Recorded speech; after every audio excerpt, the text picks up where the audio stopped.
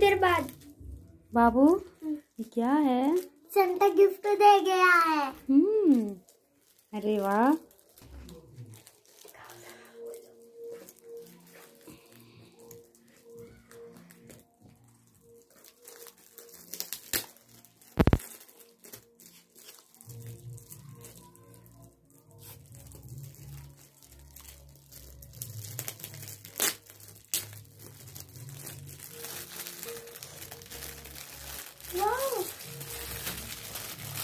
लो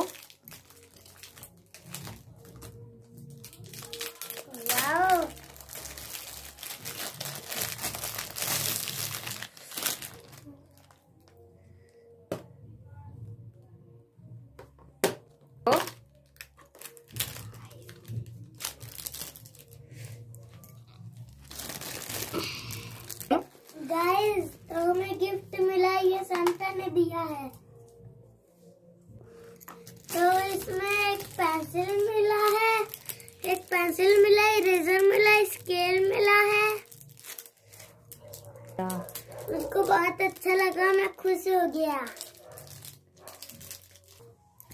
हाँ, तो यहाँ पे देखो, यहाँ पे ये इरेजर रखने की जगह है, यहाँ पे शॉर्पनर रखने की जगह है।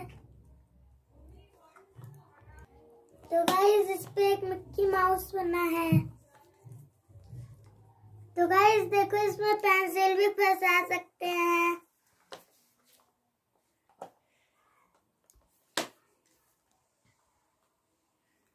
इसी के साथ हम वीडियो बंद करते हैं। लाइक, शेयर, सब्सक्राइब कर दो।